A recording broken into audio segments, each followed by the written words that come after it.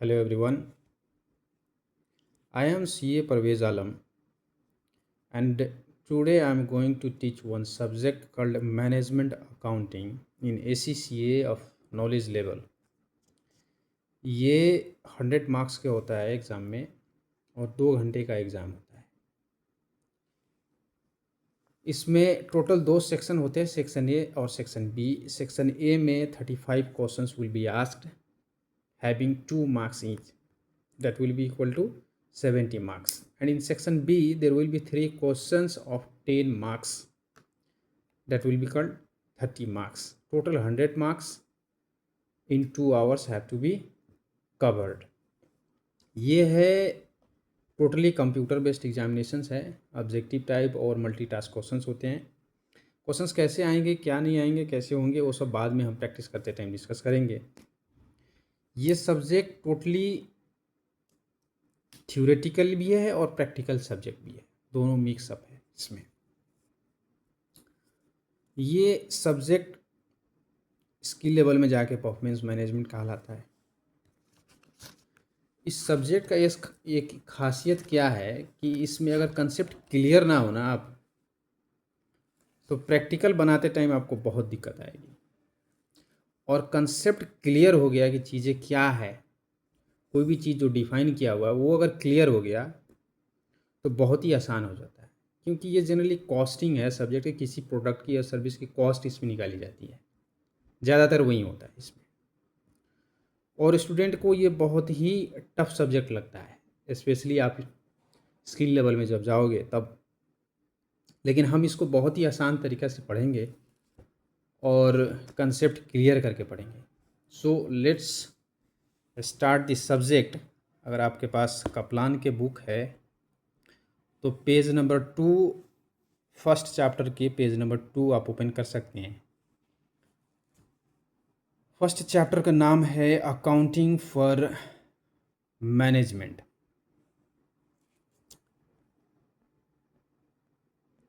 अब second page जब देखेंगे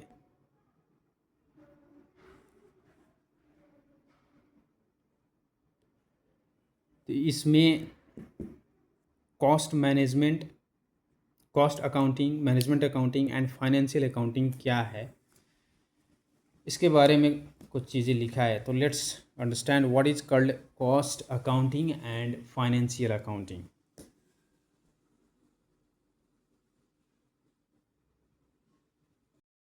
सो let's start the chapter accounting for management of Kaplan's book.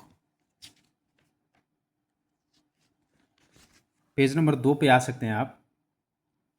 यहाँ पे स्टार्टिंग में ही लिखा है कि management and cost accounting. Generally management accounting and cost accounting एक ही को बोलते हैं,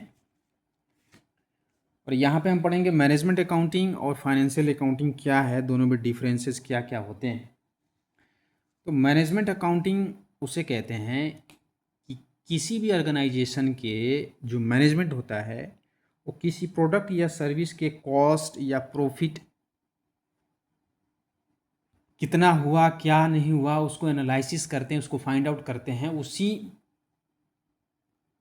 को हम कॉस्ट अकाउंटिंग या मैनेजमेंट अकाउंटिंग कहते हैं। और फाइनेंशियल अकाउंटिंग किसे कहते हैं? फाइनेंशियल अकाउंटिंग जो हम 11 क्लास 12 क्लास में पढ़ के आए हैं कि कोई भी अगर फाइनेंशियल ट्रांजेक्शन होता है उसको हम रिकॉर्ड करते हैं, रिकॉर्ड करने के बाद उसको ट्रायल बैलेंस बनाते हैं, हम प्रॉफिट एंड लॉस बनाते हैं, कैश फ्लो बनाते हैं, बैलेंस शीट बनाते हैं, तो उस सभी को हम फाइनेंशियल अकाउंटिंग बोलते हैं। और जहाँ पे कॉस्ट निकाली जाती है, प्रॉफिट एनालाइज की जाती है, मैनेजमेंट उस पर डिसीजन लेता है, तो वो सारी चीज़ों को मैनेजमेंट अकाउंटिंग कहते हैं। तो यहाँ पे हम देख सकते हैं, पढ़ सकते हैं, ये कि managers usually want to know about the costs and profit of the individual products and services. In order to obtain this information, details are needed for each cost, revenue, profit and investment. Such information is provided by the cost accounting and management accounting. Cost accounting is a system for recording data and producing information about costs. ये जो चीज़ है ना, about cost of the products, produced by an organization and the services it provides. It is also used to establish cost of the particular activities or responsibility centers. तो generally cost और profit निकालते हैं management accounting में हम. Cost accounting involves careful evaluation of the resources used within the, जो resources है उसको, जो रिसोर्सेज होता है ऑर्गेनाइजेशन में, उसको केयरफुली इवैल्यूएट की जाती है कि इंटरप्राइजेस में कैसे यूज करना है और उसे ऑप्टिमम यूटिलाइजेशन कैसे करना है. तो इस सब चीज़ जनरली मैनेजमेंट अकाउंटिंग में देखे जाते हैं. The techniques employed in the cost account are design to provide the financial information about the performance of the enterprise and possibly the direction future. वही सब है जो अभी हम लोग डिस्कस किए. अब आते हैं फाइनेंशियल अकाउंटिंग. फाइनेंशियल अकाउंटिंग में क्या होता है, मैंने बताया था कि जो ट्रांजैक्शन होता है उसी को हम रिकॉर्डिंग जो करते हैं उसको, और बाद में हम ट्रायल बैलेंस और profit and loss balance sheet निकालते हैं, यानी पीरियोडिक फाइनेंशियल स्टेटमेंट्स हम जो बनाते हैं, तो इसको फाइनेंशियल अकाउंटिंग कहते हैं. देखिए बुक कीपिंग सिस्टम आ गया यहाँ पे, normal ledger, payable control account, receivable, ये सब चीज़ें बनाते हैं, बाद में बैलेंस शीट में यूज होता है. अब आते हैं हम कि दोनों में, मैनेजमेंट अकाउंटिंग में और फाइनेंशियल अकाउंटिंग में डिफरेंसेस क्या होता है. तो सबसे पहला जो डिफरेंस है, जो मैनेजमेंट अकाउंटिंग वो इंटरनल पर्पस के लिए होता है. कंपनी की जो मैनेजमेंट होता है, मैनेजर होता है, वो अपने पर्पस के लिए निकालता है कि उसमें हम जो डिसीज़न लें, कॉस्ट कितना आया, हम कितना मार्कअप रखें, कितना प्रॉफिट रखें, कितना सेल में बेचें, हम प्रोडक्ट को कितना सेल करें या सर्विस को कितने बेचें, तो ये जनरली इंटरनल यूज के लिए होता है. और जो फाइनेंशियल्स हमारे बनते हैं, जो भी हम बैलेंस शीट बनाते हैं, वो एक्सटर्नल यूज के लिए होता है. एक्सटर्नल यूज मतलब ये लोन लेते टाइम फाइनेंशियल इंस्टीट्यूशन को देते हैं या गवर्नमेंट को हम देते हैं, क्योंकि स्टैट्यूटरी होता है कंपनीज एक्ट में, या कहीं कहीं पे चीज़ें भी लिखी रहती है कि आपको बुक्स फाइनेंशियल स्टेटमेंट्स बनाने हैं. शेयर होल्डर्स, अगर लिस्टेड कंपनी है तो शेयर होल्डर देखता है. जो हमारे लेंडर्स हैं, पेबल्स हैं, रिसीवेबल, वो भी हमारी फाइनेंशियल स्टेटमेंट देख करके हमारे साथ कॉन्टैक्ट करते हैं कि ये कितना रिलायबल है, इसके पास है क्या, नेटवर्थ क्या है. तो ये तो हो गई कि इन्फॉर्मेशन मेनली प्रोड्यूस्ड फॉर किसके लिए बनता है. अब पर्पस ऑफ इन्फॉर्मेशन हमने डिस्कस किया था कि ये जनरली जो मैनेजमेंट अकाउंटिंग है वो प्लानिंग के लिए, कंट्रोलिंग डिसीजन के लिए करते हैं कि कॉस्ट कितना हुआ जी, उसमें प्रॉफिट कितना होना चाहिए, कितना प्रोडक्ट बेचे, कॉस्ट कहाँ पे कितना ज़्यादा लग रहा है, कैसे मिनिमाइज कर सकते हैं, इसमें होता है. और ये क्या होता है, to record the financial performance in a period and financial position at the end of that period. उसको रिकॉर्ड करते हैं कि क्या क्या क्या क्या ट्रांजेक्शन हुआ, कैसे कैसे हुआ. अब इसको हम एक पीरियोडिक स्टेटमेंट निकालते हैं कि सपोज 3 महीने के, 6 महीने के, ये रिपोर्ट आया जी, हमारे इतना खर्चे लगे और इतना नाफा हुआ, इसमें इतना एसेट है. अब लीगल रिक्वायरमेंट, देखिए इसका कोई लीगल रिक्वायरमेंट होती नहीं है जनरली. बहुत बड़ी बड़ी जो कंपनी हो जाती है, लिस्टेड कंपनी, उसकी कॉस्ट ऑडिट होती है, तो वो एक अलग सीन है, जनरली नहीं होता है. इसमें फाइनेंशियल मैनेजमेंट में होती है. अगर कंपनीज एक्ट में जाएँ आप, या और किसी किसी एक्ट में वो चीज़ें लिखी रहती है कि आपकी फाइनेंशियल रिपोर्ट, इवन टैक्सेशन में भी लिखी रहती है कि कोई भी ऑर्गेनाइजेशन है तो उसको अपना बुक्स मेंटेन करनी है, फाइनेंशियल स्टेटमेंट बनानी है, पीरियोडिकली बनानी है, पीरियोडिकली सबमिट करनी है. इसलिए ये लीगल रिक्वायरमेंट इसमें हो जाती है. फॉर्मेट क्या है, format decide on the information they require and the most usually way in presenting it, वो अपने हिसाब से. और इसमें फॉर्मेट जनरली वो स्टैट्यूट में ही जो चीज़ें हैं, कंपनीज एक्ट या उसके जो शेड्यूल्स होते हैं उसमें दिया हुआ रहता है. Format and content of financial account intending to give a true and fair view should follow accounting standard and company law. Nature of information, financial, non financial. Management accounting में दोनों चीज़ें होती है, फाइनेंशियल चीज़ें भी हो सकती है, नॉन फाइनेंशियल चीज़ें भी हो सकती है. और फाइनेंशियल अकाउंटिंग में दोनों फाइनेंशियल. अब बात आएगी कि फाइनेंशियल एंड नॉन फाइनेंशियल क्या होती है. फाइनेंशियल तो समझ में आ गया कि इतना कॉस्ट लगा, ये लगा, वो लगा, इतना प्रॉफिट होगा जी. लेकिन नॉन फाइनेंशियल क्या है, नॉन फाइनेंशियल मैनेजमेंट डिसीजन लेता है, जैसे कि किस कोई प्रोडक्ट बेचना है, कौन से एरिया में, कौन से रीजन में हमारा सेल ज़्यादा होना चाहिए, कौन से महीने में ज़्यादा होना चाहिए. तो ऐसे ऐसे चीज़ें, कौन सी इन्वायरमेंट पे इफेक्ट करने वाला कोई प्रोडक्ट है, तो उसके कोई अगर रेगुलेट करता है तो उस पर हम क्या डिसीजन लें, ये है सब. Time period historical and forward looking. Mainly historical होता है। टाइम पीरियड क्या होता है? हिस्टोरिकल पिछले जो डाटा होता है उसको यूज करते हैं और आगे डिसीजन लेते हैं। ये क्या होता है? उसको मेनली हिस्टोरिकल ही होता है, रिकॉर्ड ही करते हैं। चलिए एक एग्जांपल देखते हैं। इसमें एक एग्जांपल है, the following assertions relate to management accounting.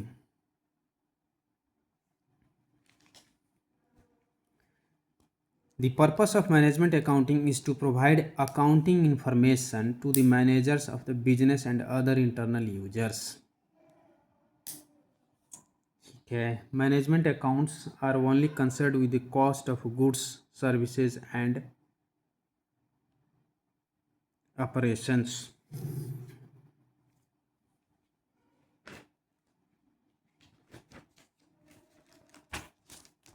क्या है इसमें सही? क्या है सोचो।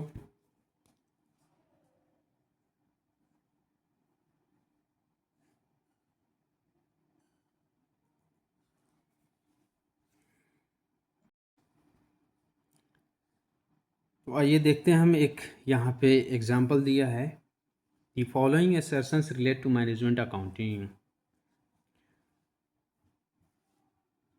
The purpose of management accounting is to provide accounting information to the managers of business and other internal users. ठीक है। Management accounts are only concerned with the cost of goods, services and operations. इसमें क्या सही है देखते हैं। assertion 1 and 2 are both correct. B में क्या लिखा हुआ? assertions 1 is correct, only assertion 1 is correct। सी में only assertion 2 is correct, neither assertion 1 nor 2 is correct। क्या लग रहा है? मैनेजमेंट अकाउंट में हमने क्या पढ़ा था? चलिए एक तो सही है, the purpose of management accounting is to provide accounting information to the managers of the business and other internal users. को एक अकाउंटिंग इन्फॉर्मेशन देते हैं हमने, चीज़ें क्या हुआ क्या नहीं हुआ बोल के।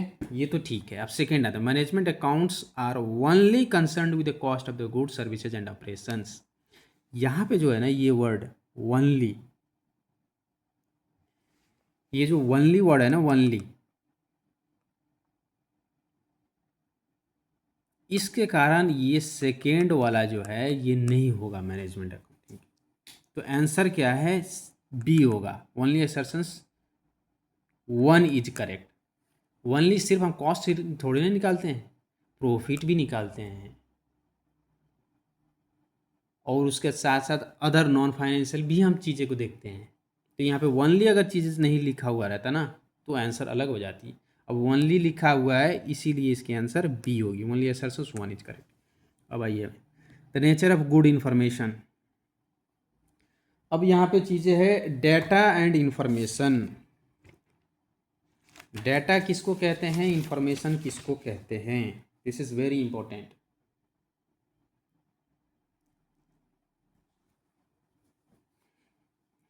देखिए डेटा जो रॉ ट्रांजैक्शन होता है ना उसको वैसे एज इट इज एक्सपोर्ट किया हमने निकाला, उसको डेटा कहते हैं। उसको कोई उसमें प्रोसेस नहीं हुआ है, कोई प्रोसेसिंग नहीं हुआ है। और जब हम प्रोसेसिंग कर लेते हैं और उससे कुछ मीनिंगफुल निकलता है उसको हम इंफॉर्मेशन कहते हैं, प्रोसेस करने के बाद। देखते हैं यहाँ पे क्या लिखा है। Data means facts. Data considers number, letter, symbol, raw facts, events and transactions which have been recorded but not yet processed into form of suitable for use. कोई प्रोसेस नहीं हुआ है, डाटा एज इट डाटा है, चीज़ें लगी है। Data देख करके कोई डिसीजन नहीं लिया जा सकता है, जब उसमें हम प्रोसेस करते हैं तभी information. Information is a data which has been process होने के बाद in such a way that it is meaningful to the person who receives it's.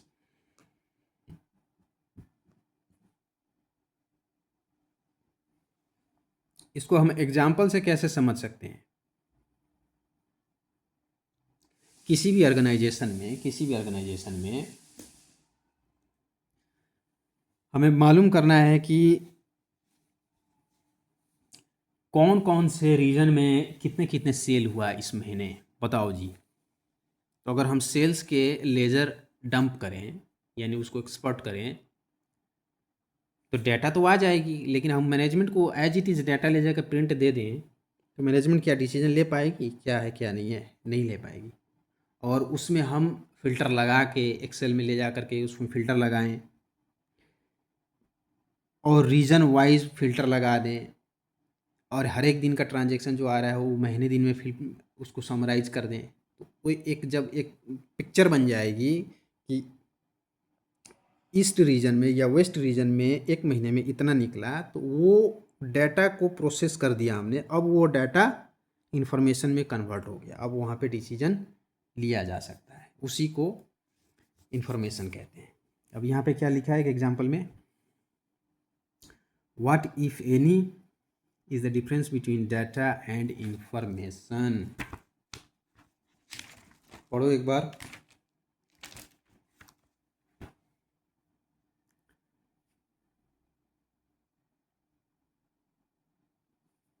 They are the same, same नहीं है। Data can only be figures whereas information can be facts. Figure गलत है, data figure fact सब होती है, यहाँ पे पढ़ा ना हमने, नंबर लेटर सिंबल फैक्ट्स सब कुछ होता है। ये भी गलत है, ए भी गलत, बी भी गलत। Information results from sorting and analysing data, ये तो ठीक लग रहा है, ठीक है। ये data results from obtaining many individual pieces of information.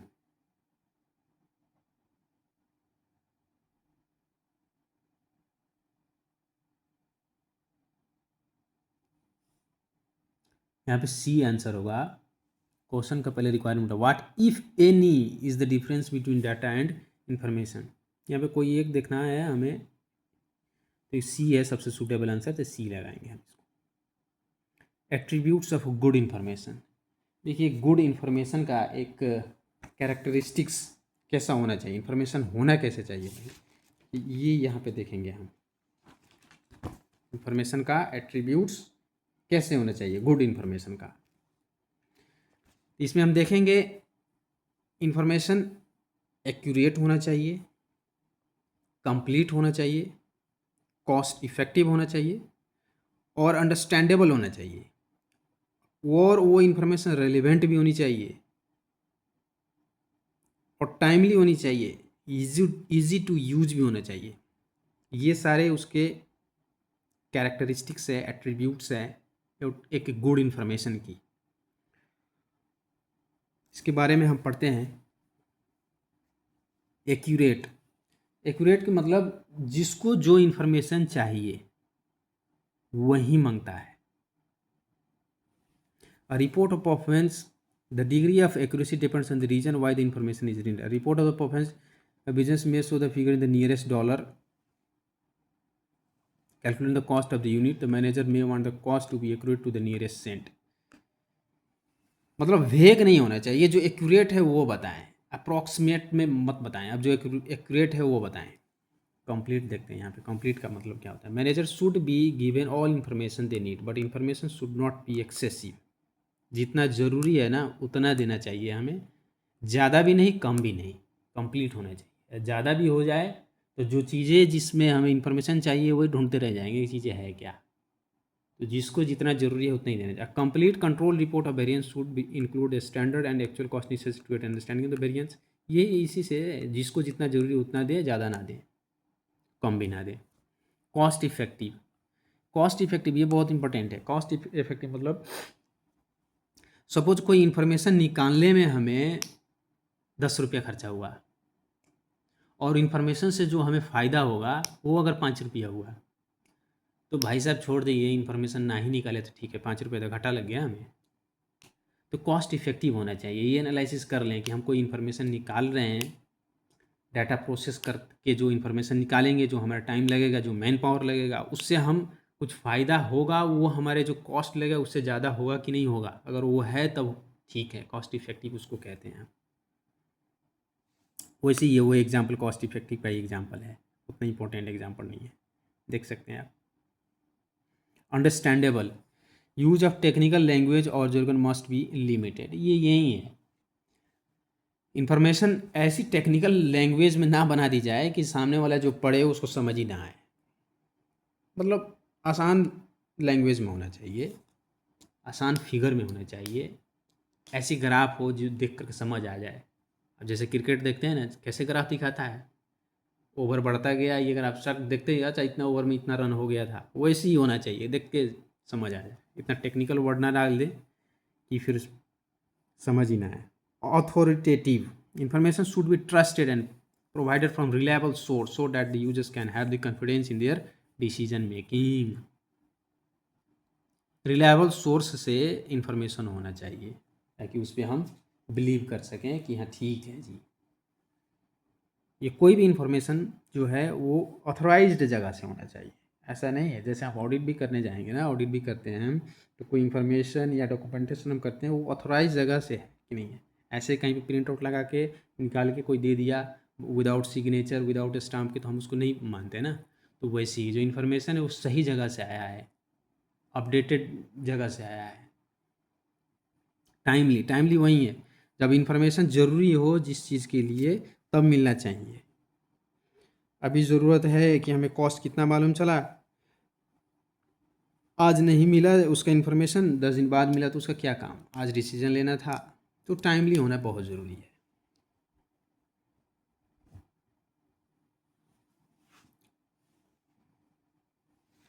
Easy to use, we must always think about the person using the information we provide and make sure the information meets their needs। ठीक है, वही है। अब आता है data, information, knowledge and wisdom. Data तो हम समझ गए, डाटा क्या होता है, एक रॉ फैक्ट, न्यूमेरिकल्स भी होता है, रॉ चीज़ें जो होती है उसको जो हम प्रोसेस करते हैं तो इन्फॉर्मेशन में कन्वर्ट होता है।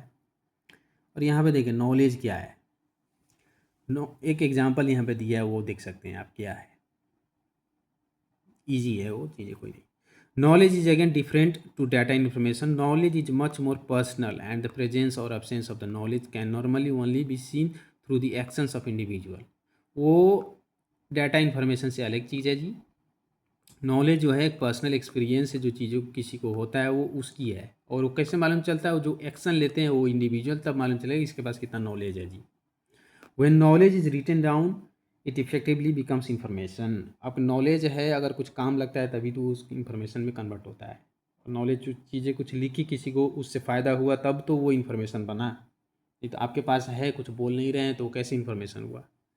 Finally with respect to wisdom it is difficult to define this concept. Wisdom has something to do with understanding or inciting. It is to do with achieving a good long term outcome in relation to the ये wisdom किसको कहते हैं? हमारे पास knowledge है पर एक forecasting जो कहते हैं ना, नॉलेज सब ले करके लॉन्ग रन के लिए, उसको विजडम कहते हैं। आगे अगले 5 साल 10 साल बाद क्या होने वाला है, कैसे होना है, वो पास्ट एक्सपीरियंस के हिसाब से, नॉलेज के हिसाब से जिस जो डिसीजन ली जाती है और सोच विचार रखी जाती है, उसी को विजडम कहते हैं। तो यही चीज़ें हैं। अब आते हैं कि मिशन स्टेटमेंट क्या है। मिशन स्टेटमेंट एक रिटन स्टेटमेंट होती है, हर एक ऑर्गेनाइजेशन का एक स्टेटमेंट होती है मिशन, कि हम किस लिए बने, एम क्या है, हमें क्या करना है, सोसाइटी में क्या इफेक्ट करना है, तो उसको हम मिशन स्टेटमेंट कहते हैं। आइए देखते हैं क्या है। Before any planning can take place the mission of the business needs to be established. हाँ, किसी भी कोई भी ऑर्गेनाइजेशन ओपन होता है, जैसे हॉस्पिटल ओपन, हॉस्पिटल क्यों ओपन किया हमने, सोसाइटी को सर्व करना है जी हमें, है ना। यहाँ पे जो इतने बीमारी है उसको हमें ठीक करना है, एक अच्छा स्टैंडर्ड वो देना है, या होटल ओपन करना, क्यों ओपन कर रहे हैं। हर एक चीज़ का एक मिशन होता है, तो वही एक मिशन स्टेटमेंट है। Mission statement statement in writing में होता है and describes overall aims of an organisation. एक रिटन में होता है, ऑर्गेनाइजेशन के एम क्या है, क्या वो ट्राइंग टू एकम्प्लिश करना चाह रहा है, उसको मिशन स्टेटमेंट कहते हैं। की एलिमेंट मिशन स्टेटमेंट, पर्पस क्या है, हम मतलब किस चीज़ के लिए हम ओपन किए organisation. What is the strategy, means what does the business provides and how is it provided. Strategy मतलब ये पर्पस के लिए हम स्ट्रैटेजी क्या अपना रहे हैं, पॉलिसीज कल्चर क्या है, कैसे मतलब बिहेव करना है हमें, वैल्यूज़ क्या है, प्रिंसिपल ऑफ द बिजनेस क्या है, ये चीज़ें हैं। मिशन स्टेटमेंट का जो की एलिमेंट्स हैं वो ये चीज़ें हैं। Mission should express what the business wants to achieve overall, ठीक है, वही है। एम्स ऑब्जेक्टिव क्या है, ब्रीफ स्टेटमेंट होता है, no more than a page, एक पेज से ज़्यादा नहीं होता है। Very general statement, entity culture क्या है, एम्स वही हमारा क्या एम्स है बिजनेस। अब नीचे हम एग्जांपल भी देखेंगे तो क्लियर होगा।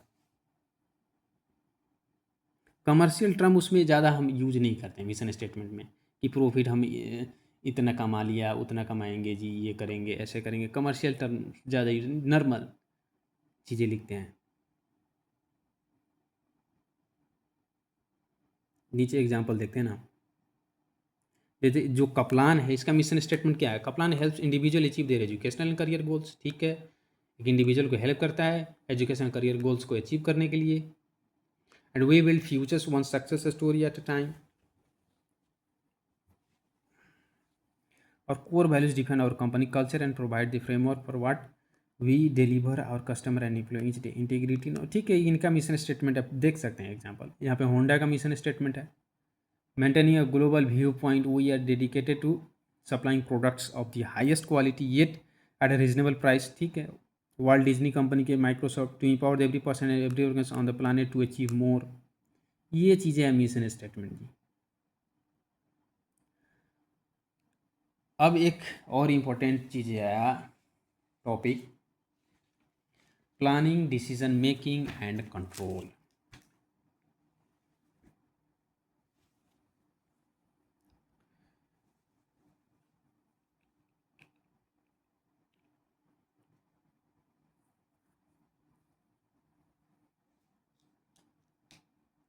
किसी भी ऑर्गेनाइजेशन में कुछ करने से पहले हम प्लानिंग करते हैं, उसको प्लानिंग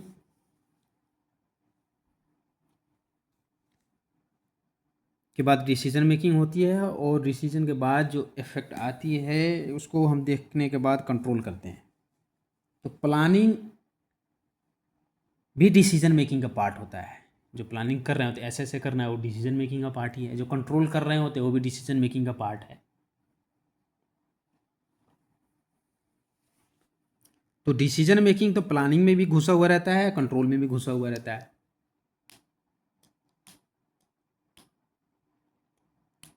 लेकिन प्लानिंग हम पहले करते हैं,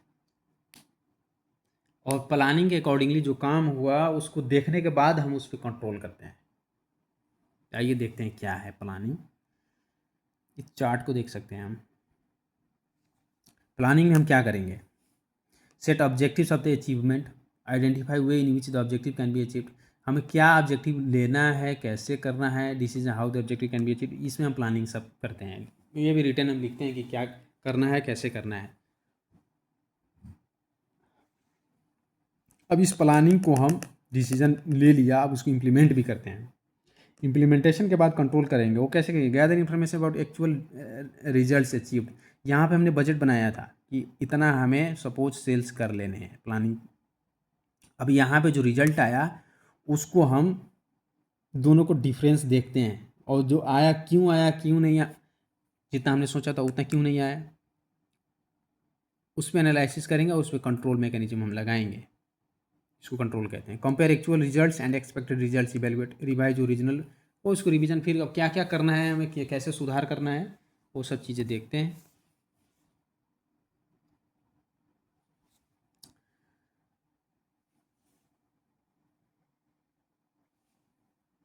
देखिए यहाँ पे एक एग्जांपल देखते हैं। Here management prepare a plan which is put into action by the managers with control over the input resources, labor, money, materials. Output from operations is measured and reported feedback to management. Actual results are compared against the plan in control reports. Managers take corrective actions where appropriate. वही है, पहले plan किया, उसको control के साथ implement किया, जो फिर एनालिसिस करते हैं, एनालिसिस के बाद हम एक्शन लेते हैं। अब आइए प्लानिंग को हम डिटेल में पढ़ते हैं। प्लानिंग क्या है, involves establishing the objective of an करें, वही ऑब्जेक्टिव क्या है, स्ट्रैटेजीज कैसे अपनाएं वो अचीव करने के, ऑब्जेक्टिव अचीव करने के लिए। In order to make plans it helps to know what has happened in the past so that the decisions about the achievable in the future can be made. For example, if a manager is planning future sales volume, he or she needs to know what the sales volume have been in the past. आगे में क्या करना है, past की information हमें होने चाहिए ना। तो प्लानिंग में यही होता है, ऑब्जेक्टिव हम डिसाइड करेंगे आगे क्या करना है, सारी चीज़ें प्लानिंग इसमें करेंगे ना। प्लानिंग शॉर्ट टर्म भी हो सकता है, लॉन्ग टर्म भी होता है। शॉर्ट टर्म को हम टैक्टिकल कहते हैं और लॉन्ग टर्म को स्ट्रैटेजिक प्लानिंग कहते हैं। Planning is looked at in more detail in the next session of this chapter, ठीक है। During the planning process the mission statement of a business is use to produce effective aims and objective for the employees and the company as a home. The objective should be smart. ये एक planning का attributes दिया है कि planning कैसा होना चाहिए। Specific होना चाहिए, मेजरेबल होना चाहिए, अटेनेबल होना चाहिए, रिलेवेंट और टाइम्ड होना चाहिए। स्पेसिफिक मतलब वेल डिफाइंड ऑब्जेक्टिव, हमें क्या करना है वो चीज़ें स्पेसिफिक होनी चाहिए, हमें वेग नहीं रखना है, हमें कन्फ्यूजन नहीं रखना है, क्लियर कट करना है। Measurable can be achieve the objective in the measure so that the completion. जो हमें ऑब्जेक्टिव हमें अचीव करना है वो मेजरेबल भी होना चाहिए। मेजरेबल का मतलब हमें उससे कितना कमाई होगा, कितना ऑब्जेक्टिव हम कैसे निकाल सकते हैं, वो सारी चीज़ पे मेजर होना चाहिए। Achievable can objective is set achieve with the skills available. जो ऑब्जेक्टिव रखा है ऐसा तो नहीं रखती है कि चले जी छोटा सा एक ऑर्गेनाइजेशन है, मून पे जा कर के लंच करेंगे,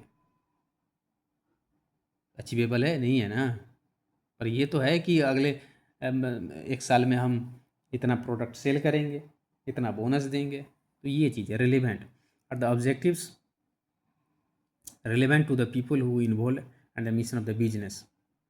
रेलिवेंट होना चाहिए टाइम पे, deadlines being the set for the objectives that are achievable, there stage reviews plan to monitor progress towards the achieve. Timely होना चाहिए गोल करने से कोई नहीं। अब चलिए, अब लेवल ऑफ प्लानिंग। प्लानिंग का लेवल 3 में होता है, 3 तरीके का लेवल होता है, 3 टाइप्स ऑफ प्लानिंग। एक पिरामिड शेप में होता है ये, एक ऑपरेशनल होता है, एक टैक्टिकल होता है, एक स्ट्रैटेजिक प्लानिंग होती है। स्ट्रैटेजिक प्लानिंग क्या होता है, देखिए इसको ना हम एक एग्जांपल से समझेंगे। जैसे बैंक होता है, बैंक, एक बैंक अगर हम ब्रांच में जाएं तो एक ब्रांच मैनेजर होता है और उसके अंडर में 8-10 एम्प्लॉय होते हैं, स्टाफ होते हैं। और वो मैनेजर के भी बॉस होते हैं। वो कौन होते हैं, जो हायर सीनियर ऑफिसर्स हैं इस कंपनी के, सीईओ हो गए, सीएफओ हो गए, जीएम हो गया, बोर्ड ऑफ डायरेक्टर हो गया, वो मैनेजर्स को कंट्रोल करते हैं। और मैनेजर्स अपने अंडर में जो 8-10 डेली रूटीन जो काम करते हैं वो उसको कंट्रोल करते हैं। तो इसमें स्ट्रैटेजिक लेवल कौन सा हुआ, स्ट्रैटेजिक लेवल हुआ जो सीनियर मोस्ट एम्प्लॉय हैं, जैसे सीईओ हो गया, जीएम हो गया, सीएफओ हो गया और बोर्ड ऑफ डायरेक्टर्स हो, ये सारे स्ट्रैटेजिक लेवल में पड़ते हैं। और ये प्लानिंग कैसे प्लानिंग करते हैं, ये ऑर्गेनाइजेशन की गोल ऑब्जेक्टिव, हमें अगले 5 साल में क्या अचीव करना है, कंपनी को कहाँ तक ले जाना है, ये सारे डिसीजन होती हैं यहाँ पर। कंपनी को किसी से अगर मर्ज करना हो, कंपनी को पेड अप कैपिटल बढ़ाना है, अथराइज कैपिटल इंक्रीज करनी है, ये सब चीज़ें जनरल डिसीजन कौन लेता है, जो स्ट्रैटेजिक लेवल पे होते हैं। अब आते हैं जो मैनेजर्स है, वो मैनेजर्स टैक्टिकल लेवल पे उसको कहते हैं। तो स्ट्रैटेजिक लेवल जनरली 5 साल या 5 साल से ज़्यादा के जो डिसीजन होता है उसको हम स्ट्रैटेजिक लेवल में कहते हैं। टैक्टिकल लेवल में उसी डिसीजन को अचीव करने के लिए एक एक साल में हमें कितना आउटपुट देंगे तब जाके 5 साल या 5 साल में वो ऑर्गेनाइजेशन के ऑब्जेक्टिव अचीव कर पाएंगे। तो जो मैनेजर करेगा, जो टारगेट उनका रहता है कि एक साल में इतना हमें कमाई करके देना है, सपोज इतना लोन सैंक्शन कर देना है, इतना डिपॉजिट लाने हैं, इतने एफडी करवा देने हैं, तो उसको टैक्टिकल प्लानिंग कहते हैं। और जो ऑपरेशनल लेवल में होते हैं उन्हें क्या होता है, वो डेली रूटीन वर्क्स करते हैं, डेली काम। जैसे वो डेली वहीं चेक क्लियर करेंगे, है ना, खाते ओपन करेंगे, केवाईसी मेंटेन करेंगे बैंक में। तो ये है जनरली लेवल्स ऑफ प्लानिंग। आप इसमें देखेंगे स्ट्रैटेजिक प्लानिंग में और टैक्टिकल प्लानिंग में और ऑपरेशनल प्लानिंग में तो यही चीज़ें पाएंगे।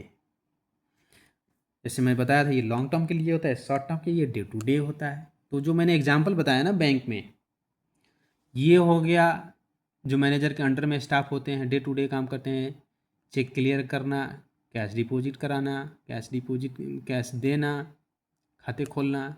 और ये मैनेजर्स हो गए जो ये ऑब्जेक्टिव इन्होंने जो डिसाइड किया है ना कि अगले 5 साल या 7 साल में हमें कहाँ पहुँचना है, तो उसको छोटे छोटे पार्ट्स में बांट करके हर एक साल हमें ये टारगेट फुलफिल करना है, तो वो इसमें आते हैं। चलिए,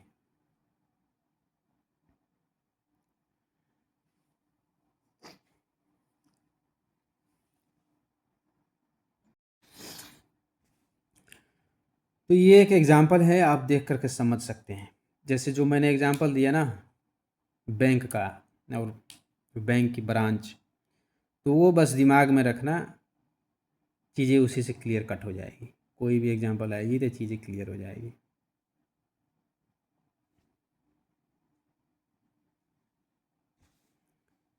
ये एग्जांपल देख लेना क्या, management accountant has communicated a detailed budget to ensure that cost savings targets are achieved in the forthcoming period. The management accounting has communicated a detailed budget to ensure that the cost saving target is achieved in the forthcoming period. ये किसका है? Operational नहीं है, day to day नहीं है, यहाँ पे budget, detailed budget to ensure the cost savings targets that are achieve in the forthcoming period. Tactical strategic भी नहीं है, बड़ा वाला नहीं है, बिजनेस प्लानिंग कुछ नहीं है, टैक्टिकल है इसमें, बी मेल आई। Decision making involves considering information that has been provided and making an informed decision. In most situations, decision making involves making a choice between two or more alternatives. Managers need reliable information to compare the different course of actions available and understand what the consequences are. Okay, the first part of the decision making process is planning. The second part is control. वही decision making, हर एक decision making आपको planning पे time पे भी करना होता है, control के टाइम पे भी करना होता है। ये चीज़ें ध्यान में रखना है। ये मत समझना कि प्लानिंग किया उसके बाद डिसीजन किया फिर कंट्रोल किया, ऐसा नहीं है। प्लानिंग होता है, उसके बाद इम्प्लीमेंटेशन होती है और उसके बाद कंट्रोल होती है। तो प्लानिंग के भी टाइम डिसीजन होती है और कंट्रोल पे भी डिसीजन होती है। कंट्रोल जैसे हमने पहले समझा, कंट्रोल क्या है, information related to actual results of an organisation is report to the managers. वही जो हमने प्लानिंग किया और एक्चुअल में क्या आया, ये दोनों में डिफरेंस करते हैं, और क्या क्यों जितना हमने सोचा था उतना क्यों नहीं हुआ, उस चीज़ों को देख करके हम फिर कंट्रोल मेजर करते हैं उस पर। यानी सेल्स हमने टारगेट किया था कि सेल्स 1 लाख यूनिट सेल होना चाहिए था, हमें 80,000 यूनिट ही हुआ, 20,000 क्यों नहीं हुआ, तो वो कहाँ पे कमी रह गया उसको फाइंड आउट करते हैं, और फाइंड आउट होने के बाद उस पर कंट्रोल मैकेनिज्म लगाते हैं, उसी को कंट्रोल कहते हैं। Information related to actual results to take control measures, ऐसे वही है फीडबैक लूप। ठीक है, test your understanding 4 number question, ये बहुत इंपॉर्टेंट है, इसमें बहुत कन्फ्यूज़न भी लगेगा आपको, ऐसे क्यों हो गया वैसे क्यों हो गया। देखिए यहाँ पे मैंने बताया था प्लानिंग भी डिसीजन मेकिंग का पार्ट है, कंट्रोल भी डिसीजन मेकिंग का पार्ट है। तो यहाँ पे देखते हैं, complete the table identifying each function as planning, decision making and control. Preparation of the annual budget for a cost centre, यानी ये प्लानिंग है और डिसीजन मेकिंग भी है, क्योंकि प्लानिंग और कंट्रोल जो भी होगा डिसीजन मेकिंग होगा ही होगा, क्योंकि बगैर डिसीजन मेकिंग के प्लानिंग होगा ही नहीं, बगैर डिसीजन मेकिंग कंट्रोल होगा ही नहीं। तो ये चीज़ें ध्यान में लगेगा, प्लानिंग लिया तो डिसीजन मेकिंग में टिक लगाएंगे। Revise budgets for the next period for cost centre, ये क्या है, ये revise budgets for next period, ये कंट्रोल है जी, कंट्रोल भी है, डिसीजन मेकिंग है। Implement decision based on information provided, ये इम्प्लीमेंटेशन है, सिर्फ डिसीजन मेकिंग है। इम्प्लीमेंटेशन जो होता है वो सिर्फ डिसीजन मेकिंग का पार्ट है। Set organisation objective for the next period,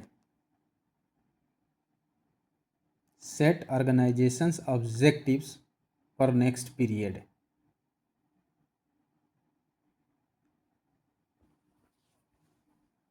ये भी प्लानिंग है और डिसीजन मेकिंग है। Compare actual and expected results for, ये कंट्रोल है, जो कंपैरिजन जहाँ पे करते हैं ना वो कंट्रोल है और डिसीजन मेकिंग भी है। Information system and different business level, वही है। ये जो इंफॉर्मेशन सिस्टम है, 3 लेवल पे इंफॉर्मेशन यूज होती है, ऑपरेशनल पे भी, मैनेजमेंट पे भी और टेक्निकल। और कौन कौन सी वैरायटीज़ की जो इन्फॉर्मेशन है, टाइप्स की जो इन्फॉर्मेशन है, वो तीनों पे कौन कौन सी इन्फॉर्मेशन यूज होता है, वो चीज़ें यहाँ पे लिखता है। तो यहाँ पे जो नीचे जो डे टू डे एक्टिविटी जो काम करते हैं वो कौन सी इन्फॉर्मेशन यूज करते हैं, तो ट्रांजैक्शन प्रोसेसिंग सिस्टम, और ये वाला ये डिसीजन सपोर्ट सिस्टम, और ये executive information system, top level की जो इन्फॉर्मेशन होती है यहाँ पे होती है ये। इसमें टीपीएस में क्या आता है, system for processing routine business, जो डे टू डे जो काम करते हैं ना उसमें जो यूज होता है उसको टीपीएस बोलते हैं। ऑफन क्या होता है, लार्ज वॉल्यूम में होता है। आप देखेंगे ब्रांच में, जैसे मैं एग्जांपल दिया था, बैंक में जाओगे तो आपको लगेगा कि सबसे ज़्यादा काम कर रहे हैं जो डे टू डे एक्टिविटी, इतना बिजी, सेल्स काउंटर पे वो कैश काउंटर पे जाएंगे तो वैसे ही, खाता खुलाने जाएंगे वैसे ही, लोन लेने जाएंगे तो वैसे ही। आप देखेंगे मैनेजर बैठा रहता है, 1-2 आदमी रहेगा, कम बातें करेंगे। तो इनके पास लार्ज वॉल्यूम भी रहेगा, सेल्स का हो या परचेज का, जो भी हो, लार्ज वॉल्यूम का रूटीन प्रोसेसिंग का, रूटीन काम करते हैं ये, रूटीन का अंडरलाइन कर लो आप, रूटीन प्रोसेसिंग करते हैं ये। A decision support system, an aid to making decision. The system predicts the consequences of a number of possible scenarios and the managers then use their judgment to make the final decisions. बहुत ऐसे scenario है जिसमें से इसमें से क्या करना है, तो ये कोई डिसीजन लेते हैं, वो डिसीजन मेकिंग, अगले 1 साल में हमें क्या करना है उस चीज़ों पर जो डिसीजन लेते हैं तो इसको डीएसएस बोलते हैं। और executive information give senior executive access to internal and external information, इसमें दोनों आता है, इंटरनल भी होता है एक्सटर्नल भी होता है, क्योंकि उन्हें 5 साल या 5 ईयर्स प्लस के जो प्लानिंग बनानी है, तो दोनों इन्फॉर्मेशन के साथ इसमें फाइनेंशियल भी होता है, नॉन फाइनेंशियल भी होता है, इंटरनल भी होता है, एक्सटर्नल भी होता है। Information is provided in a summarise form with the option to drill down greater level of activity. ठीक है, लेवल ऑफ इंफॉर्मेशन वही है, स्ट्रैटेजिक है, टैक्टिकल हो गया, इसको पढ़ते हैं एक बार।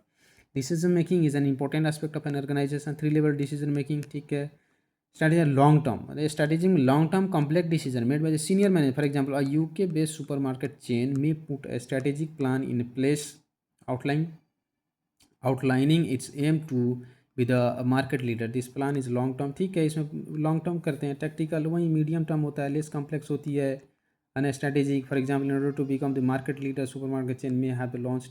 ठीक है, operational day to day routine करते हैं, यही चीज़ें है इसमें।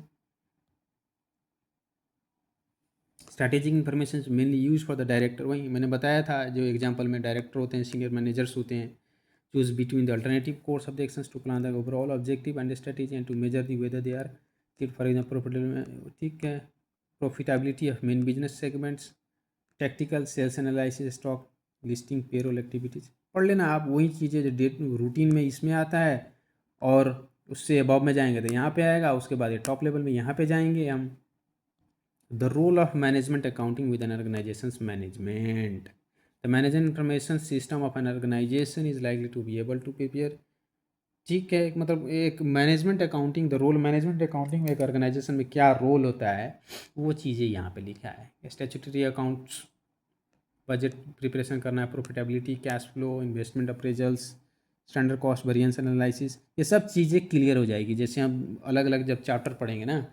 मैनेजमेंट अकाउंटिंग है, क्या आता है क्या नहीं आता है, वही सब चीज़ें इसमें लिखा है। हम पूरा मैनेजमेंट अकाउंटिंग ही पढ़ेंगे। जब ये चैप्टर, ये सब्जेक्ट में हम मैनेजमेंट अकाउंटिंग ही पढ़ेंगे हम पूरा, तो मैनेजमेंट अकाउंट में क्या क्या होता है सारी चीज़ें बगैर कहे हम बता सकते हैं, जब पढ़ लेंगे तो ये चीज़ें बाद में सब क्लियर हो जाएगी, चीज़ें क्या नहीं है, क्या है क्या नहीं है। ये बहुत इंपॉर्टेंट है, the limitations of management information.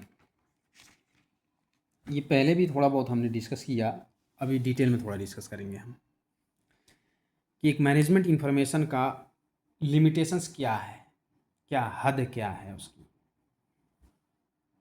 There are number of respects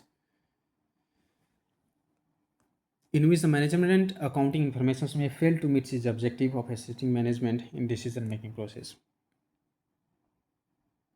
जो मैनेजमेंट इंफॉर्मेशन लेगी ना,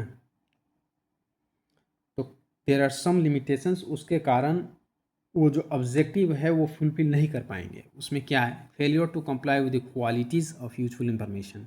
अब देखिए, if information supplied to managers is deficient in any of these respect, then the inappropriate management decision। अगर एक्यूरेसी नहीं हो, accurate चीज़ें ना हो, तब भी डिसीजन में गलती आ जाएगी। जब चाहिए तब नहीं हो, तब भी डिसीजन में मिस्टेक हो सकती है। और कॉम्प्लेक्स अंडरस्टैंडेबल ही नहीं हो, पहले डिस्कस कर लिया था, वही चीज़ है इसमें, देख सकते हैं। Over estimating cost may result in decision not to produce a fact. On the other hand, over estimating the price at which the output can be sold में एक्यूरेट होना चाहिए। हमको ज़्यादा चीज़ें दे दिया, कम दे दिया, तब भी दिक्कत हो।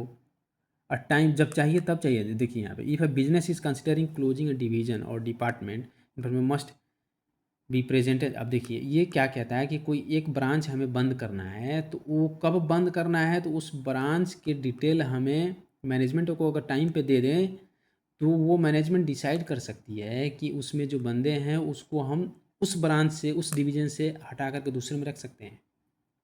नहीं तो अगर टाइम पे अगर ये नहीं आया तो फिर उसको हम हटा देंगे, फिर दूसरा का रिक्रूट करेंगे तो खर्चे ज़्यादा बढ़ेगा। ये चीज़ें लिखा है। Understandable excessive focus bye the management accountants, वही जो आगे पढ़ा था हमें, कॉम्प्लेक्स टेक्निक वो सब यूज नहीं देना होता है इन्फॉर्मेशन में। ईजी लैंग्वेज में दो, ऐसा नहीं हो कि हम अकाउंट सेक्शन है, सेल्स सेक्शन को इतना ना ज़्यादा डाटा दे दें, उन्हें टोटल कॉस्ट चाहिए, हम टोटल कॉस्ट को इतना ना बारीकी में दे दें कि मटेरियल इतना लगा जी, लेबर इतना लगा जी, डायरेक्ट कॉस्ट इतना लगा, ओवरहेड इतना लगा, तो इतना ना कन्फ्यूज है फिर समझ ना पाए। तो वो चीज़ें है। ये देखिए, ये बहुत इंपॉर्टेंट है। Relevant costs and revenue. Relevant cost क्या होती है, ये अभी हम पढ़ेंगे। Relevant costs and revenue, decision making के टाइम रेलिवेंट कॉस्ट कौन होता है, जो फ्यूचर में लगने वाला होता है ना, उसको रेलिवेंट कहते हैं। यानी कोई डिसीज़न हमें लेना है और वो डिसीज़न लेने से पहले अगर कुछ खर्च हो गई है, तो वो तो हो गई है, अब वो सोच कर कुछ नहीं होगा, आगे क्या लगना है उसको सोचना है हमें। यही चीज़ें यहाँ पे देखिए क्या लिखा है। Not all information produced by an accounting system is relevant to the decision made by the management. In particular, information produced mainly for the financial reporting purpose and then taken as the basis for the management decision will often be need significant modification to be useful to the management. The principles here is the figures presented to assist in the management decision making are those that will affect and the decision that should be decision making future. The cost and revenue that are going to be incurred sometime in the future. Cost and revenues that have already been incurred are known as a sunk cost and are not relevant to the decision making. यही जो मैं कह रहा था कि कोई भी ऐसा कॉस्ट है या रेवेन्यू है जो पहले खर्च हो चुका है या पहले आ चुका है, तो अभी हम डिसीजन लेंगे तो पिछले नहीं सोचेंगे ना, क्या हो गया क्या नहीं हो गया, आगे क्या लगना है उसको सोचना है, क्योंकि वो संक हो गया, डूब गया जी वो। आगे हमें क्या करना है उसको सोचते हैं, तो उसको रिलेवेंट कॉस्ट कहते हैं। इंक्रीमेंटल, अगले एक्स्ट्रा कितना लगना है उसको बारे में जानते हैं। Extra cost of the revenue that is created as a result of decision taking. हम जो डिसीजन लेंगे वो आगे कितना खर्च लगेगा या आगे कितना कमाई होगी उस बेसिस पे लेते हैं। Cash flow, actual cash being spent और received, not monetary items that are produced by accounting concern, that is book और कैरिंग वैल्यूज। ये थे कैश फ्लोज, मतलब हम डिसीजन जनरली कैश फ्लो पे होते हैं। कैश फ्लो मतलब अकाउंटिंग ट्रीटमेंट जो नोशनल अकाउंटिंग होती है ना, जैसे डिप्रिसिएशन इतना लग गया जी, बुक वैल्यू ये है, उस बेसिस पे नहीं होता है। हमें कितना पैसे खर्च लगेंगे और कितना कमाई होगा उस बेसिस पे डिसीजन लेते हैं। तो ये है रिलेवेंट। इसको डिटेल में बहुत, अगर नेक्स्ट चैप्टर सब में हम ये जो संक कॉस्ट क्या होता है, रिलेवेंट कॉस्ट क्या होता है, इररिलेवेंट कॉस्ट क्या होता है, बहुत डिटेल में पढ़ेंगे। जितनी जनरली ये समझो कि एक पार्टिकुलर पॉइंट है, एक पार्टिकुलर पॉइंट है और उस पॉइंट से पहले हम डिसीजन जहाँ पे जा कर के लेना है हमें, और उससे पहले कुछ खर्च हो गया या कुछ रेवेन्यू आ गया, तो उसको हम डिसीजन मेकिंग में नहीं लेते हैं, क्योंकि वो तो हो गया। डिसीजन ले ना लें तब भी वो चला ही गया है, और ना लें तब भी चला ही गया है। तो हम आगे की सोचते हैं कि डिसीजन लेंगे तो अब क्या फ़र्क पड़ेगा, क्योंकि वो डिसीजन लेने से ना लेने से कुछ फ़र्क नहीं पड़ेगा, क्योंकि वो ऑलरेडी उसको सॉन्ग का कॉस्ट करते हैं। ये है जी non financial information. Non financial देखिए बताया ना कि मैनेजमेंट में जो है फाइनेंशियल नॉन फाइनेंशियल दोनों इन्फॉर्मेशन बहुत ही इंपॉर्टेंट होता है। तो वही चीज़ें यहाँ पे managers will always be guided by sort of financial and other hard information supplied by the management accounting system. They will also look the qualitative behavioural motivational. वही है मैनेजमेंट क्या चीज़ है, सिर्फ फाइनेंशियल नहीं, कितना पैसा लगा क्या नहीं है, ये चीज़ें भी देखते हैं। जैसे मैनेजमेंट किसी को हायर करना है तो ये भी चीज़ें देखना है कि इसका बिहेवियर क्या है, मोटिवेटेड है कि नहीं है, अगला क्या फैक्टर, ये सारे चीज़ें फैक्टर इसको नॉन फाइनेंशियल फैक्टर कहते हैं। This non financial factors can be important. Okay, इसको हम देख सकते हैं एक example.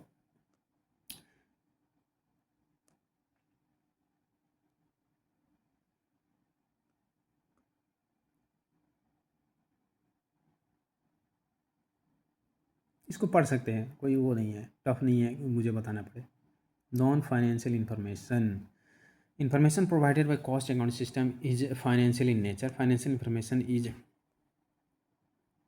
important for management because many objectives of an organizations are financial in nature, making profit and avoiding this. Managers also need information non-financial. Just as a management need to know about the developments in the market. Non financial में क्या क्या आता है, जैसे यहाँ पे देखें, know about the development in the markets and the economic situation. They also need to know about the new technology emerges.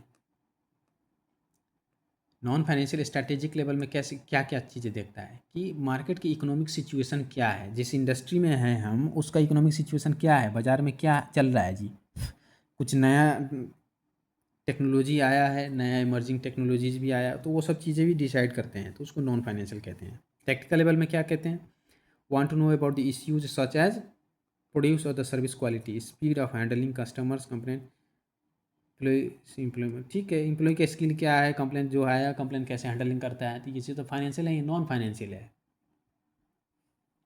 यहाँ पे वही reject per machine and operational level they may want to know about the number of rejects per machine, the lead time, materials, ठीक है, idle machine hours. Operational level में जो कहीं पे एक फैक्ट्री है, सपोज फैक्ट्री में काम हो रहा है, सारे वर्कर काम करते हैं, जो फैक्ट्री का एग्जांपल दिया है, number of rejects per machine, ये तो फाइनेंशियल नहीं है। नॉन फाइनेंशियल वाली चीज़ें होती है कि जैसे कोई एक मशीन में रिजेक्शन कितना हुआ, कोई प्रोडक्ट आउटपुट आ रहा है 100 में कितना ख़राब चीज़ आया जी, ये भी चीज़ें देखते हैं हम। लीड टाइमिंग क्या है फॉर डिलीवरिंग मटेरियल्स, कितने इंटरवल में देता है क्या नहीं देता है, ये डिसीजन अफेक्ट करता है ना हमारे production. Suppose 1 lakh monthly 1 lakh हमें यूनिट प्रोड्यूस करना है, तो उसका रॉ मटेरियल कितने कितने इंटरवल पर मंगाएं, तो ये सब चीज़ें जो है वो नॉन फाइनेंशियल इंफॉर्मेशन है। The management accounting system in many organisation are able to obtain non financial as well financial information, ठीक है, वही है, दोनों इन्फॉर्मेशन होनी चाहिए। एक्सटर्नल इन्फॉर्मेशन किसको कहते हैं, एक्सटर्नल इन्फॉर्मेशन जो बाहर से हमारे इंटरनल के अलावा जो आती है उसको एक्सटर्नल कहते हैं। यहाँ पे the environment refers to all the external factors that affect a company and includes government actions, competitor action, customers and other factors for example and weather, ठीक है।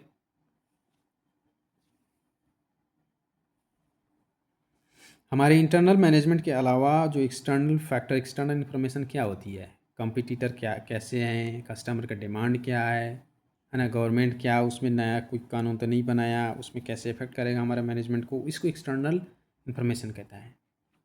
Conventional accounting system focus entirely on internal information such as production cost volume. Okay, companies and organisations do not of course exist in vacuum, they live in environment in which they are influenced by number of other, ठीक है, कि company जो है सिर्फ अपने आप से नहीं चलती है, बहुत सारे एक्सटर्नल फैक्टर से भी इफेक्ट होती है। गवर्नमेंट की डिसीजन हो गया, जो हमारे कंपटीटर है उनसे हो गया, कस्टमर्स हो गया, है ना, वैसे सप्लायर्स हो गया। तो so we do not need to go into this area in detail, but as with the non financial factor, ठीक है, वही चीज़ें है, इसमें कोई वो नहीं है।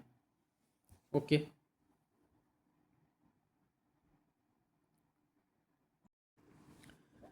ओके जी, and this is the end of this chapter called accounting for management. ये टोटल थ्योरी बेस्ड चैप्टर है।